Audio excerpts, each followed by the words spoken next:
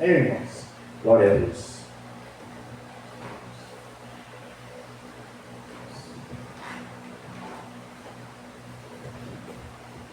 Louvado e exaltado é o nome do nosso Deus, amém? Amém. Eu salvo os irmãos mais uma vez, a paz do Senhor. Vamos abrir nossas Bíblias no Evangelho, segundo escreveu Mateus, o evangelista Mateus, capítulo 28, e o versículo 18. Evangelho de Mateus, capítulo 28, versículo 18, para a nossa meditação nessa noite, onde nós estaremos explanando, a palavra do Senhor.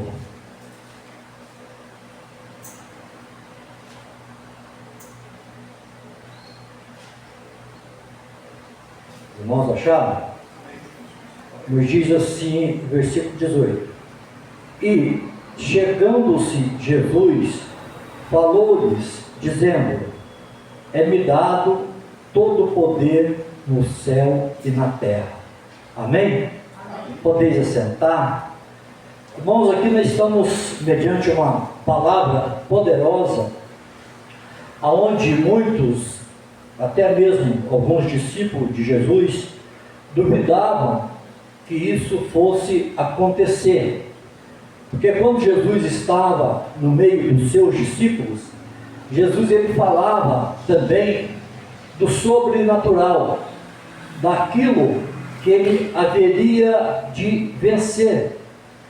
Jesus sempre, ele nunca escondeu o propósito dele de ter vindo até na terra, para que pudesse tirar toda aquela força na qual vinha operando no meio do povo, e o povo não conseguia vencer aquelas leis. E Jesus, a luta principal de Jesus era contra o mundo espiritual, porque Jesus ele veio debater no mundo espiritual, porque ele sabia que para que a igreja estivesse hoje aqui, para que nós estivéssemos hoje aqui, era necessário que ele vencesse toda aquela luta naquela cruz ali, na qual ele passou por aquela cruz ali, e ali ele levou, quando fala todas as nossas enfermidades, tudo, ele estava levando os nossos pecados. E Jesus ele nunca escondeu, ele sempre anunciava que no terceiro dia ele havia de ressuscitar. E muitos achavam isso impossível, até mesmo os discípulos.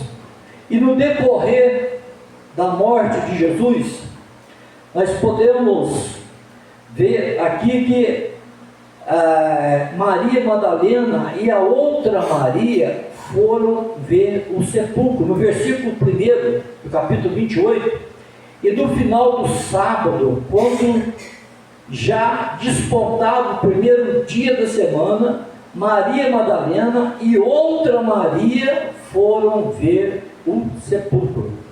E eis que houvera um grande terremoto, porque um anjo do Senhor desceu do céu, chegou movendo a pedra e sentou-se sobre ela.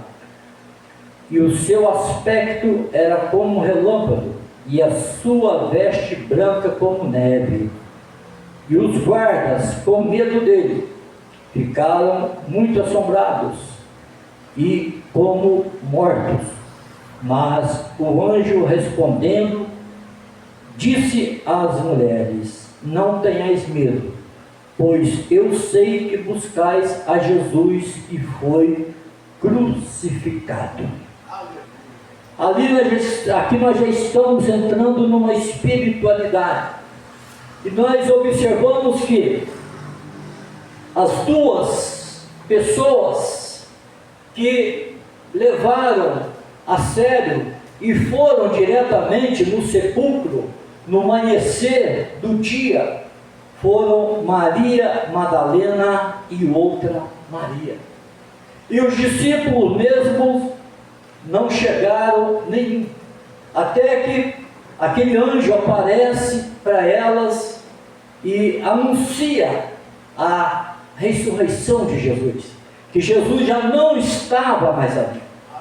E ao sair daquele lugar, Jesus se apresenta para elas e manda que elas fossem avisar os seus discípulos ali na Galileia, para que eles esperassem ele ali. E assim fez ela, e alguns deles duvidaram, e Jesus, ele se apresenta ali no meio daquele povo, dos seus discípulos ali na Galileia. E chegando Jesus, versículo 18, e chegando Jesus, falou-lhes dizendo: é-me dado todo o poder no céu e na terra. Aleluia. Ali Jesus confirma para eles aquilo que Jesus havia falado, que Jesus construiria o templo em 3 dias, e o povo não entendia qual era a construção desse templo.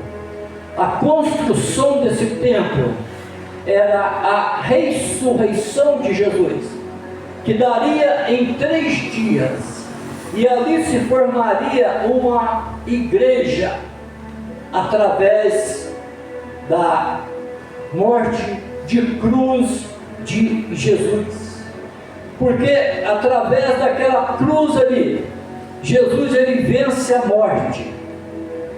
E a Bíblia nos fala que Jesus ele desce até o inferno, e ali ele se apresenta para a descendência de Noé, aquele povo que não viram, aquele povo que duvidaram. Jesus ele não foi pregar no inferno, porque quem está condenado uma vez, condenado para sempre. Jesus ele foi mostrar verdadeiramente para que eles pudessem ver o seu resplendor, aquilo que havia sido anunciado. E no 3º dia, Jesus ele ressuscita conforme a sua palavra. E ele passou por muitas lutas ali no Monte das Oliveiras, antes da sua crucificação, ali quando ele dobra o joelho, e ali quando ele ora ao Pai, ele fala: Pai, se for possível, afasta de mim esse cálice, mas segundo seja feito a tua vontade. E ali Jesus, ele chora, porque ele sabia que o que ele ia passar era uma luta muito grande. Ele não ia lutar contra a carne nem o sangue. Nós podemos pegar lá em Efésios capítulo 6, versículo 10, aonde o apóstolo Paulo ele confirma, ele diz que a nossa luta não é contra a carne nem o sangue, mas sim contra as potestades, contra aquilo que nós não vemos. E a luta de Jesus era no mundo espiritual, aquilo que os discípulos não conseguiam entender, não conseguiam ver, era aquilo que Jesus sabia que ele tinha que passar para vencer essa batalha, para nos outorgar hoje em dia de autoridade no nome de Jesus.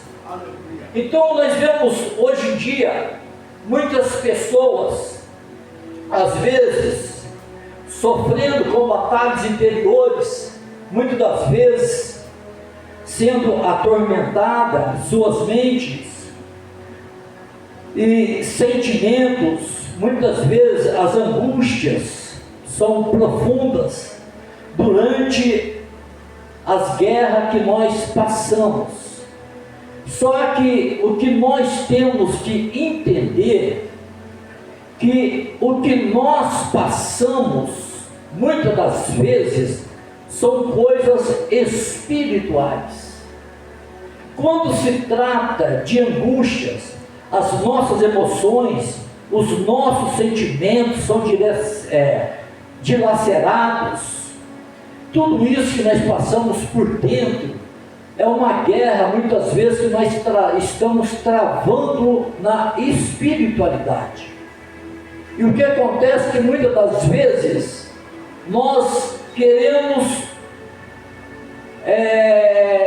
tentar curar ou tentar saciar essa guerra espiritual com coisas materiais. Igual nos dias atuais em que nós estamos vivendo, muitos pastores mercenários, missionárias mercenárias, profetas mercenários, usando deste sofrimento que tem assolado a humanidade nos dias de hoje. Se nós formos pegar nos dias de hoje, 70% das pessoas, elas estão sendo assoladas no mundo espiritual. E essas pessoas, por ganância de dinheiro, ficam oferecendo amuleto para que essas pessoas possam ser curadas das emoções, das angústias, de muitas coisas, sendo que o próprio Jesus, ele já venceu aquilo por nós. Então hoje não tem nada que está vendendo água benta, óleo ungido, está vendendo um monte de coisa. Eu vejo, às vezes eu estou assistindo a rede social, aqueles pastores, olha, eu estou subindo no monte agora, eu vou consagrar 100 disso aqui, e cada um é tanto, você envia cada um R$70. Irmãos, isso tudo aí é canalice, é tudo roubalheira.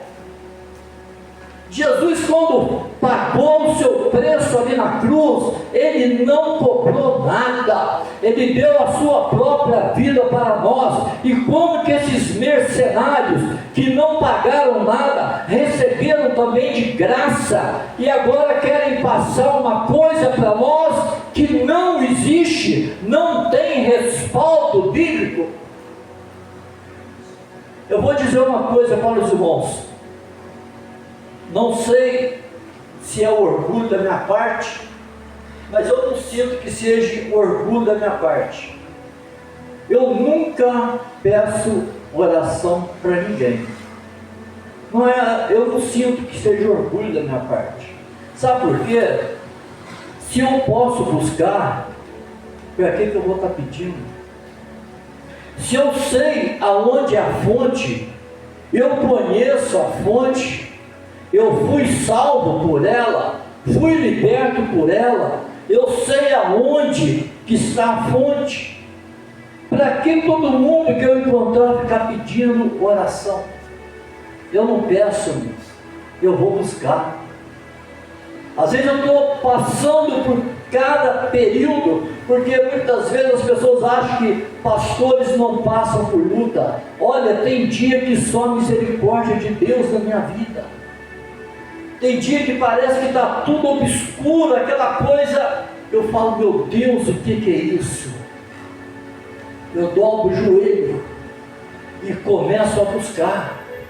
E se nós aprendêssemos a buscar a nossa própria água, nós não estaríamos bebendo essas águas podres, paradas, em que esse povo tem oferecido nos dias de hoje para muitas igrejas.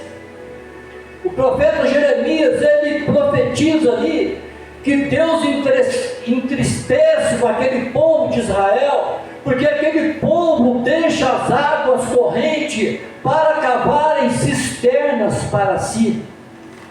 Cisterna o quê? Água parada. O que significa cisterna? Se eu estou deitado, eu não vou na igreja, eu vou cavar uma cisterna aqui. Que cisterna é essa? É um programa de um pregador, do profeta na televisão. Eu vou assistir, eu vou mandar um pix para ele, vou ficar deitado aqui, eu não preciso de ir.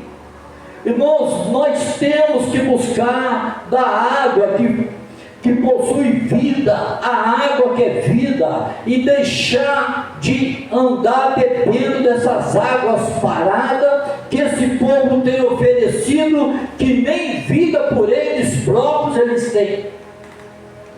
Então Jesus, ele sempre nos relata, como ele relatou para aquela mulher samaritana, que ele era a fonte da água, e que se alguém bebesse daquela água que ele lhe oferecia, jamais teria sede. E aquele que bebe da água que Jesus oferece, jamais ele terá sede espiritual. Porque essa água de Jesus é diferente. Essa água é para alimentar, saciar a sede da nossa alma. Então, hoje em dia, o povo tem usado todo tipo de amuleto.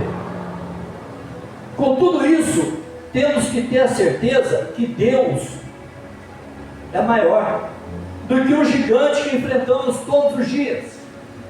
Porque nós enfrentamos gigante todos os dias.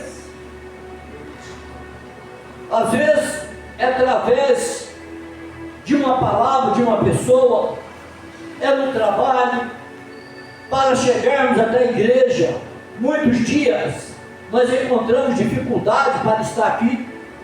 Se nós não tivermos mesmo uma convicção, uma decisão, nós não conseguimos chegar até a casa do Senhor. Enfrentamos gigantes, às vezes com problema financeiro, problema de saúde. Então todos os dias nós enfrentamos gigantes, mas nós temos que ter a certeza que Jesus veio e recebeu toda a autoridade no céu e na terra, para que nós pudéssemos estar derrubando um gigante por dia. Aleluia!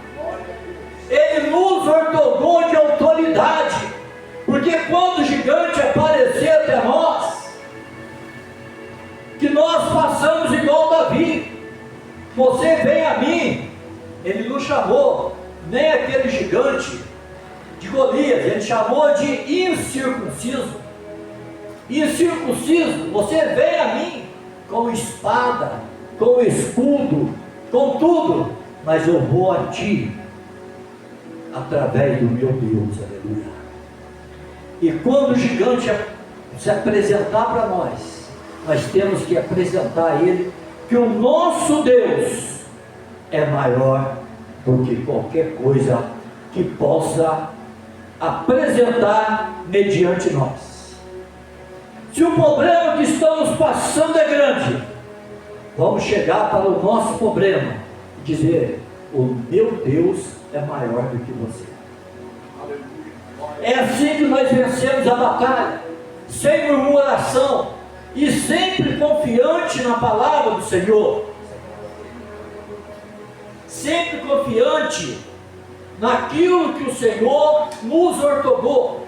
No Evangelho de Mateus, capítulo 28, versículo 18, nos fala: e chegando-se Jesus, falou-lhes dizendo: é-me dado todo o poder no céu e na terra. Esse poder que foi dado a Jesus no céu e na terra, ele falou para nós que se nós crêssemos em ele, nós faremos coisas até maiores. Então ele nos ortogou de autoridade. Então toda a glória de Deus tem o poder de agir dentro de nós e pode realizar infinitamente mais do que poderíamos pedir ou pensar. Quando nós não fazemos troca com Deus, quando nós buscamos primeiramente o reino de Deus, a Bíblia fala: buscai primeiro o reino de Deus e as demais coisas serão acrescentadas. Quando nós não queremos ganhar com Deus, nós queremos buscar o seu reino, nós podemos ter certeza que aquilo que nós estamos pedindo, aquilo que nós estamos precisando, será acrescentado. acrescentar em nossas vidas, porque nós temos a convicção daquilo que nós estamos servindo, daquele que nós estamos servindo, que é o nosso Senhor e Salvador Jesus Cristo. Então nós temos, irmãos, que ter a convicção que o nosso Deus, Ele jamais vai nos desamparar. Os olhos do Senhor estão sobre cada um de nós. Quando nós vamos pedir algo para o Senhor, Ele já sabe daquilo que nós estamos precisando. Aqui no Evangelho de Mateus, capítulo 7, versículo 7 fala: pedi e dar-se-vos-á, buscai e encontrareis, batei e abrir-se-vos-á. Então, para que nós possamos receber, é necessário que nós pedimos, é necessário que nós vamos buscar. É que eu estou dizendo para os irmãos, buscar na fonte da água viva. Eu sempre digo, qual é a árvore do deserto que dá seus frutos nas estações certas? No deserto é difícil você ver uma árvore dar fruto ou uma árvore se vingar, mas a palmeira é a única árvore do deserto que dá o seu fruto, e quando você corta uma palmeira, dentro dela está minando aquela água, mesmo no deserto. Sabe por que ela tem aquela água dentro dela? Porque a palmeira, antes dela crescer, primeiro ela desce uma profundidade até que ela alcança o lençol freático da água. E quando a palmeira alcança o lençol freático da água, ela começa a puxar por si própria a água. Ela não precisa de ninguém para regá-la, porque ela própria vai buscar a sua própria água. E ali ela começa a crescer, e vai crescendo, e ela tem uma estabilidade tão forte, que o vento vem de um lado, leva ela para o outro, vem do outro, leva para um lado, entorta a palmeira, e quando o vento passa, a palmeira está em pé. Ela tem a água dentro dela, que dá uma sustentabilidade. Sabe qual é essa água que nós temos que ter? A água do Espírito Santo de Deus, aleluia. Quantos podem dizer amém nessa noite? É a água do Espírito Santo do Senhor que nós temos que ter em nossas vidas, para que possamos ter uma sustentabilidade, para que possamos também ter essa mesma força que a palmeira tem, ainda que o vendaval seja forte, mas ela vai para um lado, ela vai para o outro, e quando passa aquele vendaval, ela continua no seu lugar, ela não se quebra. E hoje o que nós mais vemos nas igrejas são pessoas se quebrando, pessoas caindo, pessoas não suportando os vendavais. Mas por quê? Porque não estão buscando a essência que é necessária, a verdadeira água, que é a água do Espírito, aquela água que traz vida. Nós sabemos que a água parada, ela só traz doença. Se você vê uma água parada, ela pode trazer uma virose, uma dengue, pode levar até mesmo à morte, porque ela não tem vida. Mas a água que nós estamos falando, essa água que Ezequiel, ele viu saindo ali do altar de Deus, e aquelas águas, por onde elas passavam, elas levavam vida, aleluia. É dessa água que nós estamos falando dessa noite, a água do Espírito Santo de Deus. e qual a melhor forma para que possamos vencer essas batalhas que estamos travando nos últimos dias. Eu quero dizer para vocês, muitos não acompanham as redes sociais, mas nós estamos vivendo numa batalha espiritual tão forte, no meio de uma política. Não estou aqui para defender político nenhum, eu estou dizendo que se vocês conhecessem alguns, a batalha que está sendo travada no mundo espiritual, aonde muitas das vezes nós não damos importância, que é o meio político, mas é um sistema que governa o mundo, e esse sistema já está em guerra espiritual, e guerra forte, travada, aonde está gerando morte já, e muitas coisas. Igrejas estão infiltradas no meio também, sendo contaminadas.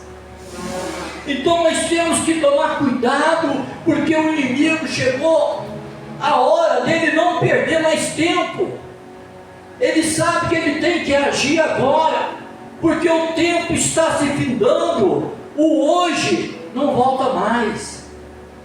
Nós temos que aproveitar o hoje. Amanhã é outro dia, depois da manhã é outro dia. Cada dia que passa é um passo que nós estamos dando para os finais do tempo. E é engraçado, você já notou que a semana está passando tão rápido? O mês de dezembro passando tão rápido. Estou pensando que era dia 15 e tal, já é 20 e poucos de setembro, quer dizer, o mês de setembro passando tão rápido. Começa o mês, quando você pensa que está no meio do mês, já está findando o mês. Parece que os dias estão correndo. E assim, a volta de Jesus também está bem próxima. Então, para que possamos vencer essas batalhas, nós temos que deixar Cristo assumir o comando em toda a batalha, provida pela nossa mente e desejos carnais. Por quê?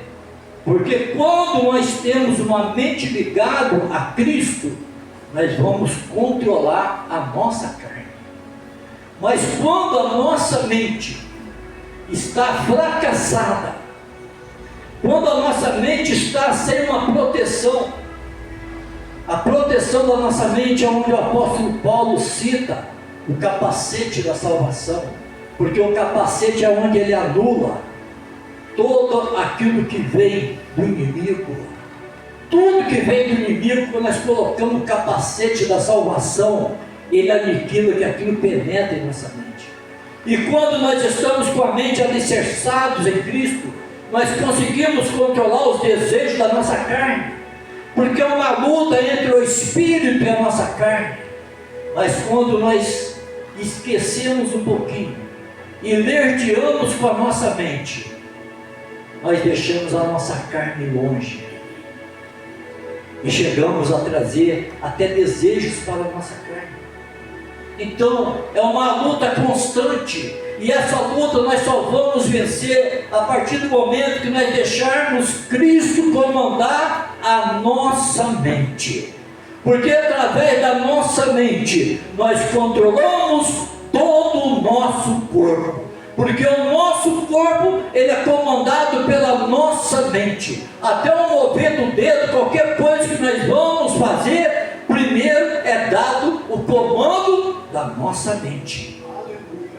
Então tudo é dado o comando da nossa mente, porque a nossa alma é centralizada na nossa mente. Então nós temos que ter essa sabedoria.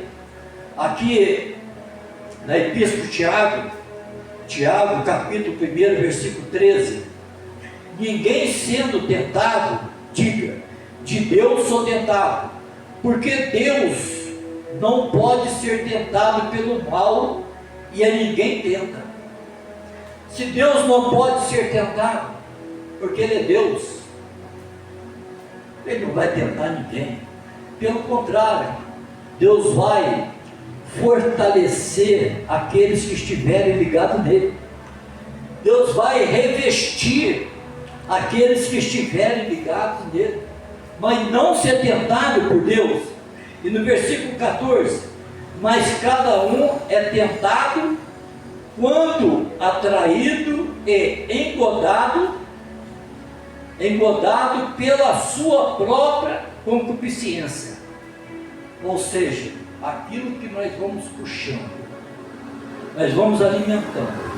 E no versículo 15, depois, havendo a concupiscência recebido, dá à luz o pecado. E o pecado, sendo consumado, ele gera a morte. Então tudo começa de um pensamento negativo. E ali nós vamos trazendo, ali nós vamos gerando aquela concupiscência. E aquela concupiscência, com o tempo, ela vai ser recebida na nossa mente. E ela sendo recebida, ela vai dar luz ao pecado. E produzindo o pecado, logo de imediato, o pecado nos leva à morte espiritual. Hoje em dia nós vemos quantas pessoas que pregavam nas igrejas, que falavam e hoje não pregam, não cantam, não estão mais na igreja. Por quê? Porque deixaram as suas mentes à mercê, deixaram desprotegida, e o inimigo ele começa a soprar, e os desejos da carne na hora são atrativos, não são ruins, só que são coisas passageiras, logo passa, aí volta tudo. Mas quando nós estamos alimentando a nossa alma, é coisas que nós estamos alimentando e vamos desfrutar eternamente deste alimento da nossa alma. Que é onde nós vamos apresentar Deus e vamos estar na eternidade. Por isso é necessário que mantemos a nossa fé firmes em Cristo, que possamos estar olhando para aquela cruz, aonde Cristo ele foi crucificado, e colocando na nossa mente o que ele passou, o que ele sofreu, para que hoje nós pudéssemos estar aqui, falando do teu nome, pudéssemos estar aqui, louvando o teu nome, e nos alegrando na tua presença. Então é quando nós voltamos. Por que é importante a ceia no nosso meio? Porque quando nós celebramos a ceia, é um ato memorial, que nós retrocedemos e voltamos para aquilo que Cristo fez por nós. E nós vamos mentalizar: será que eu estou preparado para tomar isso que foi pago com sangue ali na cruz? Então, a Bíblia nos ensina a não permitir que o pecado controle o modo como vivemos, e que não concedemos a sua luxúria e desejos. Porque hoje tem pessoas sendo controladas pelo pecado, tem pessoas cedendo à luxúria do pecado, cedendo a práticas ilícitas, pessoas obcecadas por dinheiro. Não sei, mas hoje tem crente que faz até jogo de bicho. Tem. Que faz a sua fezinha, que faz aquilo. Eu vou ser sincero, eu sou realista. O que eu falo é uma opinião minha. Já teve pessoa me oferecendo rifa. Eu falei: que é preciso para tal obra. Eu falei: eu dou dinheiro, mas não quero que você coloque o meu nome na rifa. não quero, eu te dou dinheiro, mas não quero participar de sorteio. Porque quem foi sortearam ali as túnicas de Jesus ali, no pé da cruz ali, foi quando Jesus estava naquela cruz ali, fizeram um sorteio ali. Então, eu não participo. Isso eu estou dizendo eu. E pessoas cedendo à luxúria dos desejos da carne. Pessoas entregando o seu próprio corpo à luxúria da carne. Pessoas não valorizando aquilo que Deus fez para que fosse templo do Espírito Santo. Então, é o que está acontecendo nos dias de hoje. E em vez disso, em vez de fazermos todas essas coisas, que possamos nos entregarmos completamente a Deus, desde que recebemos uma nova vida. Então, eu fui resgatado do pecado. Eu não nasci no berço de ouro, no berço evangélico, quer dizer. Tem pessoas que estão na igreja, não valorizam muito a igreja, porque nasceram no berço evangélico. Eles nunca sofreram, eles nunca passaram por aquilo que o mundo oferece. Eles nunca experimentaram bebida, droga, nada disso. Para eles saberem como que é difícil se libertar de uma coisa dessa quando o mundo te entrega e você ali abraça aquilo que o mundo te oferece. E quando você entra para a igreja, nós sabemos que é difícil você renunciar aquilo que tem te mantido há quanto tempo lá no mundo, aquilo que tem te praticamente deixado viciado, e agora você passar a retirar aquilo. É uma luta muito grande. Por isso que as pessoas que quando vêm lá do mundo, elas valorizam muito o Evangelho, porque elas sabem o sofrimento que já foi lá fora, o que o inimigo já aprontou com elas lá fora. Então, se as pessoas soubessem o que é o mundo, elas tomariam uma decisão, pensariam de maneira diferente de como servir a Deus da melhor forma possível. Porque o que acontece hoje em dia nas igrejas, se marca uma vigília, muitos não podem vir. Se marca uma oração de manhã, não pode.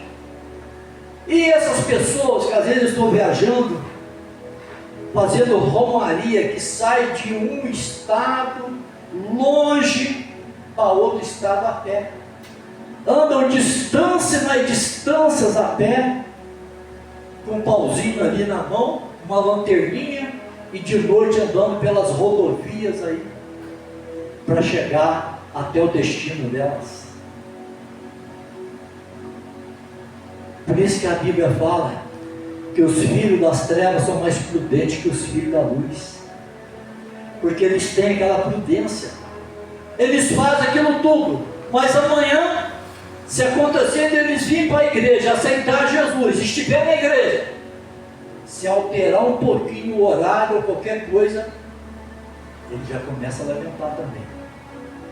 Então, as coisas de Deus parece que é mais complicado, que é mais difícil.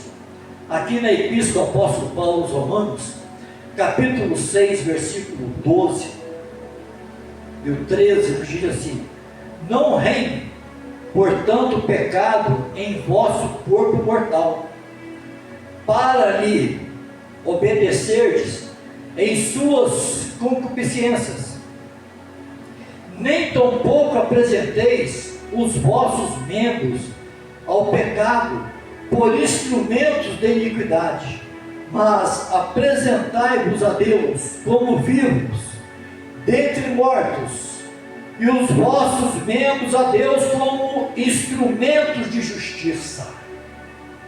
Que nós possamos apresentar os nossos corpos a Deus como instrumento de justiça e apresentar os nossos corpos como uns corpos que foram vivificados através do pecado, mas pela palavra de Deus nós recebemos vida, e hoje estamos aqui com vida, vida para adorar a Deus, enquanto muitos não conseguem, muitos estão aprisionados ainda pelo adversário. Nessa hora, nesse momento, se nós formos analisar, eu tinha uma estatística em casa, não sei onde foi que eu perdi. Quantas pessoas morrem por minuto? Nesse momento, quantas pessoas estão morrendo aí nas favelas? Pessoas morrendo no meio das drogas. Nesse momento, pessoas sendo baleadas. Quantas pessoas nos hospitais nesse momento, sem perspectiva de vida? Pessoas, às vezes, do seu último suspiro, ali, passando de uma vida para outra. E nós aqui, na presença do Senhor, com todo o nosso vigor, para louvar e agradecer o nome do Senhor. Pessoas partindo sem saber para onde estão indo, e sabemos que a eternidade é um lugar de tormento, e muitas pessoas estão partindo sem saber para onde. Mas nós, graças a Deus, nós temos a misericórdia de Deus sobre a nossa vida. Quantos podem dizer amém nessa noite?